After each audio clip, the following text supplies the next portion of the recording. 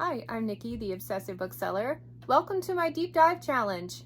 Voted on by my patrons, this is a quarterly challenge we're running. The idea is to pick a genre that you want to spend more time focusing on and read as many from that genre as you can over the course of the quarter. And my focus has been sci-fi, and I have finished my 6th and final book for quarter 3. But in case you missed it, my patrons voted to extend the challenge another quarter, so I will be reading another 6 or 7 titles after this. Demon in White, Book 3 of the Sun Eater series by Christopher Ruocchio, a massive chonker of the book, probably the biggest of the series. To this book's credit, almost 800 pages, it didn't feel like I was reading an 800-page book. It's one of those where the writing is flowing enough and everything he's talking about is interesting enough that you really don't feel like you're committed to that many pages. The further I read, the more I start to really appreciate some of the odd things this author is doing, specifically with pacing. Like, the beginning of this one was incredibly front-loaded with a lot of the things that I loved about the previous 2 books. And he has this way of expanding and contracting time to really set a mood. So you get these stretches where decades pass, and then suddenly he slows things down and it's like 100 pages with a very slow burn, deep exploration of character or an idea. And the whole series is kind of fluctuated like that. But for me, the strongest part of the book was the first half. And then after that, it kind of got conceptual, and I enjoyed the end half of the book for the ideas that it introduced to the story as a whole, and I can't wait to see how it expands on. I'm not totally sure I'm sold on some of the new revelations that we got in this book. Like, I don't love the direction, but I trust the process, and I'm looking forward to seeing what he does with it. Because just because I initially balk at the idea does not mean it's not going to be done well in the future books, so we'll see. But I will say, the last 10% of this book, it was supposed to be like the culmination of the story, this massive climax to everything that had been going on, and I didn't love it. Like, I thought I was supposed to be really into it, but we had just gotten introduced to some really interesting new things going on, and the end of the book felt kind of like an unnecessary tangent. It ended up not being unnecessary, but I wasn't engaged in it, so it's the only part of this series so far that kind of threw me for a loop. But it's probably a fluke, right? So as a whole, there are some definite 5-star moments in this book, some things that I really, really loved. Compared to the first 2, those 2 were lingering around a 4.5 out of 5 stars. I'm thinking this one will be closer to a 4, but with potential to round up. I'm still kind of percolating on it a bit. But here's the redeeming thing. 800-page book, took me forever to read. I finished it and thought maybe I should take a break before starting the next one. But it's been 2 days and I can already feel myself itching to see what happens next, so I love that drawback to a series. No doubt if you're a fan of BookTube, you've heard about the series at almost a disgusting rate. I am among the crowd who absolutely loves it, and if you haven't tried it yet, give it a shot. It's comparable for me to a lot of those heavy hitter, memorable series that I absolutely love, and it kind of takes a little bit of essence from every one of them, which launches me into other books you might like. Big comparison, the Red Rising series. With Pierce Brown's story, you kind of get from the bottom cast up, and in this series, it's kind of from the top cast down, essentially written from the Gold's perspective, if you will. And what Red Rising does in fun elements, epic battles, good combination of a whole bunch of things, this one does well also, but give it 1 extra point for incredibly creative villains. Some of the best I've ever read. Depending on what he does with them in future books, this might end up being my all-time favorite, like the pinnacle of how to do a good villain. If you like one series, you will more than likely enjoy the other. The Name of the Wind by Patrick Rothfuss. So this is told in a chronicling fashion, and it has incredibly beautiful writing. Kind of unexpected for me in a science fiction genre. Not that science fiction writers aren't beautiful writers, but they're usually not filled with a lot of purple prose. And this isn't too over the top, like it's not Tolkien-esque, but Rothfuss does that perfect balance of engaging writing, but yet still beautifully descriptive. And Ruocchio, for me, has hit a couple of really good moments, a couple of really fun introspections, and the chronicling aspect is an important part of the narrative. And so if you like the tone of one, you will probably like the tone of the other, even though they're different genres, technically. And then finally, Way of Kings. I love books that take an expansive view on the world, and the world building component is really important to the story's structure. So in that regard, the stories are kind of similar. What strikes me the most is there are a few characters in both series that ring similar to me and kind of give me similar payoffs, similar vibes, if you will. Usually I try to recommend a couple of more obscure titles, things you haven't heard of, but in this case, I think my recommends are in line with how highly I am valuing this series. Like, it's compared to all heavy hitters, and I think it has all the components there to work well for a lot of people. That was a great experiment, and now time to pick my next book. And here's the thing, 800 pages, I only had 2 weeks to read it. I didn't want to rush it, so it ended up taking me a month, but meanwhile, I'm off schedule for posting this series, and I needed to get started on my next book. So it was like 10 o'clock at night one night. I filmed myself picking another book early before finishing this one, just so that I could save some little essence of my time management. So we'll cut to that selection. I'm going to do things a little out of order for this episode. So Demon in White. I'm like 33, like basically a third of the way through this book. Really enjoying it so far. It kind of hit the ground running, and I don't know what it is about the writing. Maybe it's because I took too much time off between books, but it always takes me a while to get my feet under me again with it. So I'm enjoying it quite a bit. A lot of action heavy up, and now it's kind of slowed down a little bit. And I kind of like the slower moments just as much as the action-packed ones. So yeah, very good book. But see, the thing is it's like 10 o'clock at night. I just finished an obligation read, and the next one I had lined up for Read, Burn, Hoard hasn't come in at the library yet. So I need to pick another book. If I wait until the Read, Burn, Hoard one comes in, and when I finish this one to draw another title for this challenge, then I'll be like at the risk of being late for both of those. So I'm going to try to get a little bit of a head start by picking a title now, and then I'll have 2 going for this challenge simultaneously, which I'm not adding back in reading 10 books at a time, whatever. Like, we're not doing that again. But 2 books at a time, one that I'm really enjoying, that's like my main focus read, and then some sort of challenge or obligation read. Like, I can have 2 in tandem, and that's fine. But I thought I would update you. So I went through this little bucket and pulled out everything that would have been a start to a new series.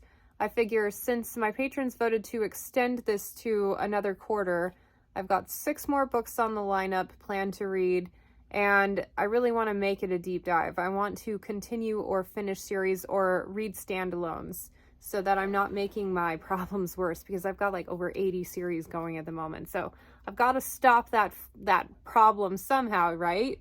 So here's an update on the titles that I am picking from between now and the end of this quarter. So we've got Alien Clay by Adrian Tchaikovsky.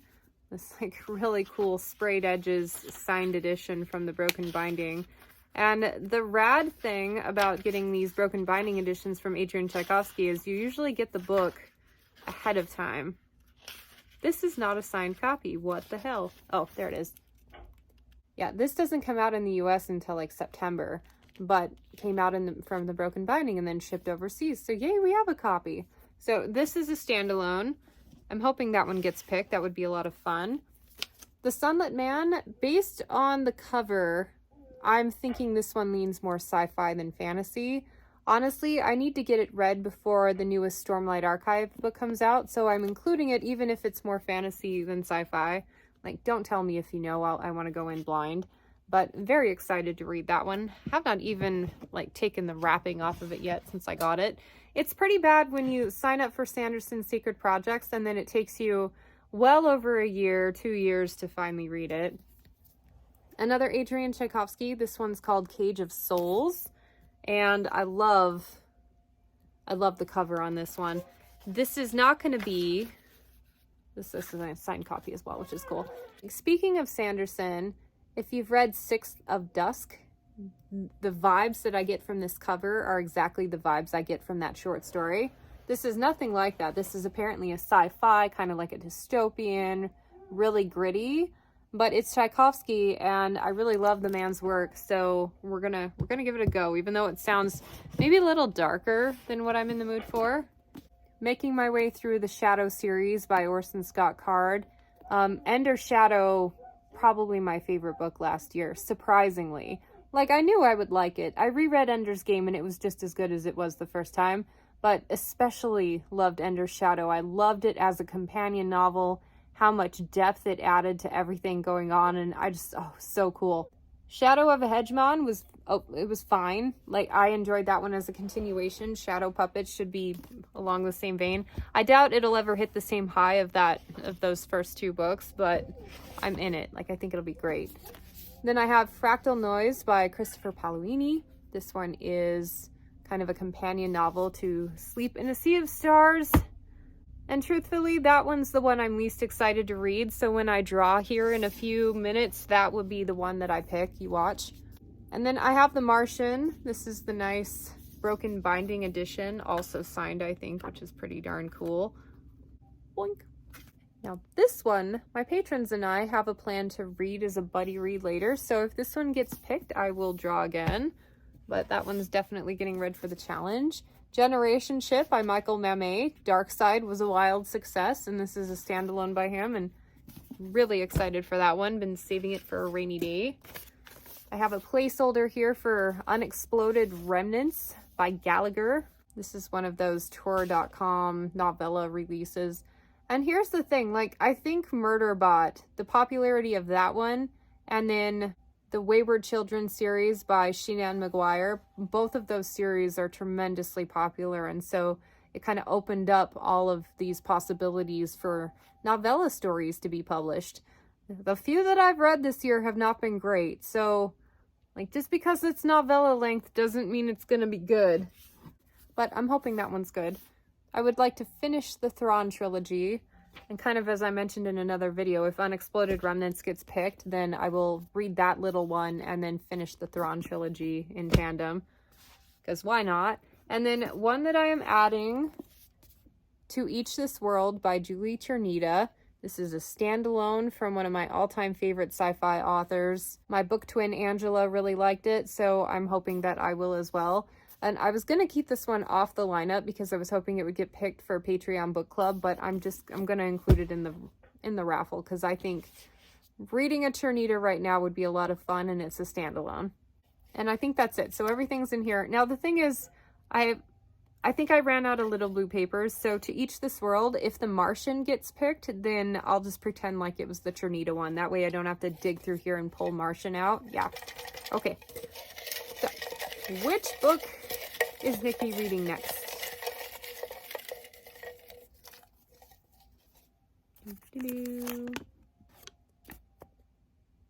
I can't tell what that is. Oh! Alien Clay. You can tell I ran out of papers. All right then. Of course, it's the only one in here that doesn't have an audiobook. Guys, I really want to read this book, but I have myself in a bunch of commitments right now where they're physical reads, and there's no way I'm going to be able to get through them in time to pick this one up to be on time for this video. So maybe what I'll do is I'll commit to reading Alien Clay as my following book, because this is the random draw one, and then I get to pick the next one. So we might do that. I might go with Alien Clay next time, but for the time being, I need to pick another one because I need something that's audio only. Of course, it would be the only one. I didn't even consider that when I was making the list. Okay, let's try again. Try again. Watch it be Fractal Noise. Ooh! Okay. Also a Tchaikovsky. I feel like they're pretty lateral. Okay. Cage of Souls it is. Now, this is a rare hardcover, and it was actually more reasonably priced than anything else I found on the market, but I still paid a pretty penny for this. So reading this one, hopefully it's good to justify how much I spent on this edition. It was kind of a gamble because of how much I loved his other stuff. So, okay, next episode, I will be updating you with Cage of Souls. I know I just got through saying I'll probably do Alien Clay after this, but I think 2 Tchaikovskys back to back would be a little much. So I'm just going to throw that one back into the draw, and yeah, we'll just start fresh on the next episode. But for now, ooh, should be fun. Normally, I like to save picking a new book until I've actually finished the previous one, but whatever. It's what I get for picking a chonker. But luckily, every book that I have left to be chosen from is at least half the size of the one I just read. So I'm really looking forward to Cage of Souls. Hopefully it'll be better than City of Last Chances, which wasn't a bad book, but it was my most recent read from Tchaikovsky. And as a newfound favorite author, I'm hoping to find more gems from his arsenal of books. He has so many. Anyway, thank you for joining me on this. Link to my Patreon is in the description. Subscribe if you haven't already, and I will see you on the next one. Bye.